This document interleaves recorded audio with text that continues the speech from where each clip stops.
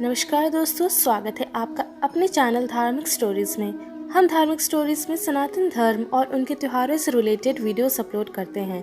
अगर आपको हमारी वीडियोस पसंद आती हैं तो हमारी इन वीडियोस को लाइक शेयर करना ना भूलें और हमारे चैनल को सब्सक्राइब करना ना भूलें। जितने आस्था चैनल पर कथा सुन रहे हो, जितने फेसबुक और यूट्यूब पर सुन रहे हो, बहुत सावधानी से सुनना। जब जीवन में कहीं समस्या खड़ी हो जाए, कहीं बहुत विकट समस्या है और कोई हल ना मिल रहा हो जाता है जीवन में कोई कोई घड़ी ऐसी आके खड़ी हो जाती है जहां पर हमको सोचने के लिए भी समय नहीं मिलता। तब शिव महापुराण की कथा वर्णन करती है, मंगलवार को अगर शिव जी के मंदिर में, शंकर के मंदिर में जाकर एक लोटा पानी चढ़ाया जाता है तो हमारे कार्य में उन्नति होती है। शिव कथा कह रहे, आपका व्यापार बन गया, 4 दिन दुकान अच्छी चल रही है और 4 दिन बंद हो रही है, तो महाराज थोड़ी सी काली तिल्ली लेना, महाराज उसमें एक बमूल का कांटा लेना, काली तिल, बमूल का कांटा और किसी भी वृक्ष की 5 पत्तियां लेना महाराज। उसको लेकर अपने दुकान में, व्यापार में, या जिसको औषधि ना लग रही हो, जिसका स्वास्थ्य गड़बड़ हो रहा महाराज, उसका स्पर्श कराकर या 21 बार उस पर से उतार कर, और उतारना क्या नाम लेकर है? अवधूतेश्वर महादेव। कौन सा महादेव है? चम के बोलो जरा। अवधूतेश्वर महादेव शिव जी का एक अवतार हुआ था, अवधूत रूप। किसी व्यक्ति ने मालूम पड़े कोई भूमि पर कब्जा कर लिया और नहीं छोड़, शमी पत्र की 5 पत्तियां, कितनी पत्तियां लेना है? 5। शमी पत्र की 5 पत्ती, बेल पत्र की 11 पत्ती। मकर राशि में प्रवेश करते समय सूर्य का स्मरण करते हुए सूर्य पे से 7 बार घुमा कर भगवान शिव का नाम मंत्र लेते हुए, जो शिव महापुराण का मूल मंत्र है, श्री, बोलिए जम के, श्री शिवाय नमस्तुभ्यम। शिव महापुराण के मूल मंत्र का स्मरण कर सूर्य पर से घुमाकर शंकर भगवान के शिवलिंग पर जो समर्पित कर देता है और चढ़ी हुई एक बेलपत्र, शमी पत्र उस स्थान पर डाल देता है जो कब्जा नहीं छोड़ रहा, महाराज 6 महीने के अंदर वो कब्जा छोड़कर भागता नजर आता। छोड़ना ही पड़ता। आप शास्त्र कहता है कि अवधूतेश्वर महादेव का जो रूप है वो रोग का निवारण करने के लिए, व्यापार की वृद्धि को आगे बढ़ाने के लिए। आप लोगों ने कहीं कहीं देखा होगा, किसी किसी के ऑफिस में देखा होगा कि वास्तुशास्त्री कहते हैं कि दौड़ते हुए घोड़े का फोटो लगाओ। सुना है कि नहीं सुना? अरे बोलो तो सुना है कि नहीं सुना? किसी वास्तु वाले के पास जाओगे ना तो कहेगा तुम्हारा ऑफिस अच्छा नहीं चल रहा ना, तो दौड़ते हुए घोड़े का फोटो लगाओ। जो घोड़े 4-5 घोड़े दौड़ रहे हैं उनका फोटो लगाओ। क्यों कहते हैं? उसका कारण क्या है? वास्तुशास्त्री ऐसा क्यों बताते हैं कि दौड़ते हुए घोड़े का फोटो? उसका शास्त्र प्रमाण शिव महापुराण करती है महाराज कि शिव का एक रूप अवधूतेश्वर है, जिसको ब्रह्मा जी ने घोड़े का रूप दे दिया और घोड़े का रूप देकर उसको समुद्र में डाल दिया, जिससे जलंधर की उत्पत्ति हुई। तो अगर मान लो अगर प्रॉब्लम चल रही है, व्यापार में दिक्कत आ रही है, व्यवसाय में तकलीफ आ रही है, या किसी ना किसी रूप में कोई ना कोई कष्ट आपको लग रहा है, तो अवधूतेश्वर महादेव का नाम लेकर काली तिल्ली, वृक्ष की पत्ती और एक बमूल का कांटा लेकर, और आप दुकान में से उतार लो, चाहे शरीर पर से उतार लो, उसको ले जाकर किसी भी चौराहे पर उसको पटक दीजिए। चौरस्ते पर नहीं डाल सकते तो बहते हुए पानी में डाल दीजिए। बहता हुआ पानी ना मिले तो पीपल के वृक्ष के नीचे डाल दीजिए, पर उसको मकर राशि के पृष्ठ भाव में ही डालना। लोटा पानी, कलश मारा, उसमें जल भर लीजिए और जल भरकर उसमें 7 दाने चने की दाल के डाल दीजिए। 7 दाने चने की दाल के डालकर उसमें थोड़ा सा कुंकू, रौली थोड़ी सी इसमें डाल लीजिए। 3 शमी पत्थर, 1 बेल पत्थर उस जल के अंदर डाल दीजिए मारा, और डालकर सूर्य नारायण भगवान को दर्शन करते समय, जल छोड़ते समय उत्तर की ओर, आपके घर से जब उत्तर का जो भाग हो उस ओर जल का भाग थोड़ा सा छोड़े। आखिरी का बचा हुआ जो जल और बेलपत्र और शमी पत्र है एक साथ जब छूने तो जितना अपने मन में भाव हो कि हमारा इतना कर्जा है बाबा, वो चूक जाए, या कोई पैसे नहीं दे रहा है उसका भी स्मरण कर सकते हैं कि हमारा इतना रुपया लेना है, और वो जल, शमी पत्र, बेलपत्र उसी समय पर नीचे डाल देना, उसका छींटा थोड़ा सा अपने ऊपर लेकर प्रवेश कर दे महाराज। ज्यादा से ज्यादा 5 महीने 6 महीने कहीं ना कहीं बाबा इसे कृपा कर देता है, कोई सहयोग, कोई धन, कोई संपदा, कोई व्यापार ऐसा बना देता है कि पैसा हाथ में आता है और कर्जा चूक जाता है। ये बाबा ही। और एक बात का याद रखना, हमें किसी से लेकर नहीं देना कर्जा, भगवान से ये निवेदन करना है हमको कि बाबा हमको ऐसा व्यापार दे, ऐसा धन हमारा खुद का दे, जिससे हम अपने पैसे से कर्जा चुका। मालूम पड़े इधर से लिया, इधर दे दिया, इधर से लिया, इधर दे दिया, राधे हमने इधर से लिया, इधर दे दिया, इधर से लिया, इधर दे दिया, तो उससे कर्जे का कोई चुकने का क्रम नहीं आता हमारा, उससे और कर्जा होगा पर चुकेगा।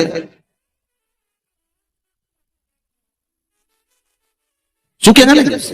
हम इधर से उठाकर उधर दे रहे हैं, बस ठीक है, उधर से उठाकर उधर दे रहे हैं, तो ये चूकना नहीं, हमें प्राप्त करना।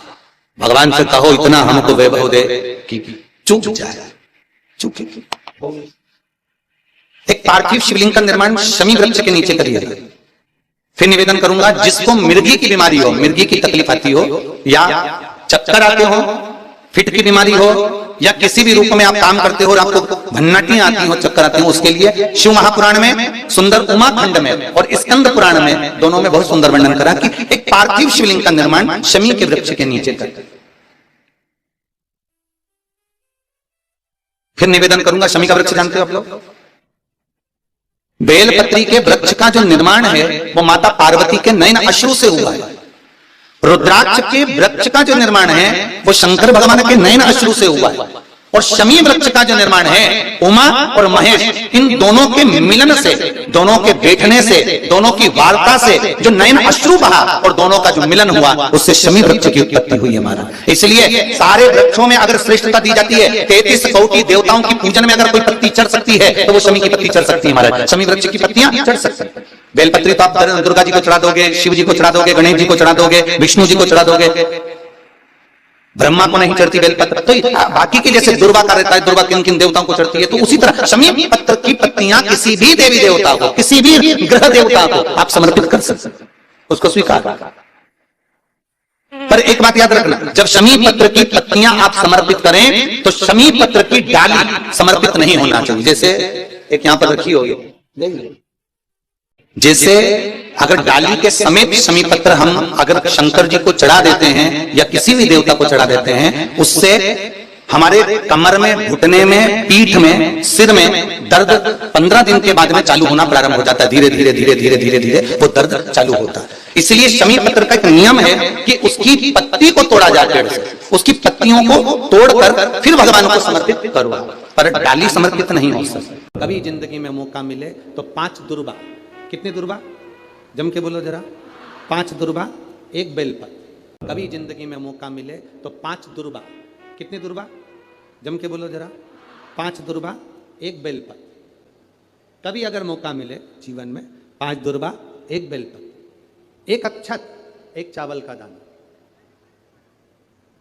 और तीनों पत्तियों पर लगा हुआ चंदन। बेलपत्र की जो 3 पत्ती होती है, इन तीनों पर लगा हुआ चंदन, दुर्वा, बेलपत्र, चावल का 1 दाना मध्य पत्ती पर रखकर, जब भी आप अपने हृदय से कोई सरकारी गतिविधियों में कहीं फंस गए हो, सरकारी कोई केस चल रहा है, कोई सरकारी चीजों में अगर तकलीफें आ रही हैं, तो शिव का नाम लेकर आप अपना कर्म जरूर करना, मेहनत जरूर करना, कर्म के साथ में शंकर पर विश्वास रखकर 1 अक्षत का दाना, 1 बेलपत्र, 5 दुर्वा हाथ में लेकर शिव का स्मरण कर कर श्री शिवाय नमस्तुभ्यम कहकर, अगर श्री शिवाय नमस्तुभ्यम भी नहीं कह सकते, पंचाक्षर मंत्र नमः शिवाय, षडाक्षर मंत्र ओम नमः शिवाय, या फिर श्री शिवाय नमस्तुभ्यम बोलकर शिव को जो स्थान आपको बताया है, स्थान देखा है ना, फिर ध्यान देंगे, अशोक सुंदरी से शिवलिंग के बीच की जो खाली जगह देख रहे हो आप लोग, एलईडीओं पर ध्यान देना, एलईडी और अपने अपने मोबाइल पर अगर आप कथा सुन रहे हो या यहाँ पंडाल में कथा सुन रहे हो या आस्था चैनल पर सुन रहे हो, तो वहाँ शिवलिंग, अशोक सुंदरी का स्थान, बीच में जो खाली जगह है, इस खाली जगह पर बेलपत्री और दुर्वा का जो पीछे का भाग है, वो पीछे का भाग अशोक सुंदर की ओर होना चाहिए, अशोक सुंदर की ओर उसका भाग हो जाए, और पत्ती को इस तरह से शिवलिंग और जो खाली जगह है उसके मध्य में रखकर, कोई सरकारी चीज के लिए, कोई प्रशासनिक चीज के लिए, कोई केस के लिए, कोई कानूनी कार्यवाही के लिए, कोई तकलीफ में घिरे हुए हो, तो उस स्थान पर ये बेलपत्र केवल 1 बार चढ़ाकर बाबा से विनती करना, बाबा उसको स्वीकार जरूर करेगा, कार्य सफल जरूर करेगा। 1 बेलपत्र शिव भक्ति के लिए, 1 बेलपत्र की मूल। श्री शिवाय नमस्तुभ्यम, सब बोलिए एक बार जमकर, श्री शिवाय नमस्तुभ्यम। प्रैक्टिकल जरूर करना, कहीं सियोर वाला महाराज झूठ तो नहीं बोल रहा, शास्त्रों की बातें हमारे जीवन में हमें सुख प्रदान करे, इसलिए इस भाव का आनंद करते हुए आज की कथा को विराम देते हैं। तो दोस्तों, इस वीडियो में बस इतना ही। आशा करती हूँ कि आपको ये वीडियो पसंद आई होगी। अगर आपको हमारी वीडियो पसंद आई है तो हमारी वीडियो को लाइक ज़रूर करिएगा और कमेंट सेक्शन में ज़रूर बताइएगा कि आपको ये वीडियो कैसी लगी है। मैं मिलूँगी एक और नई वीडियो के साथ। तब तक के लिए आप हमारे चैनल को सब्सक्राइब करके रखिए और बेल आइकन को प्रेस ज़रूर करिएगा, जिससे कि हमारे द्वारा अपलोड की गई वीडियो के बारे में आपको सबसे पहले पता चल सके और आप कोई वीडियो मिस ना करें। तो दोस्तों, मैं मिलूँगी एक और नई वीडियो के साथ। तब तक के लिए जय माता दी।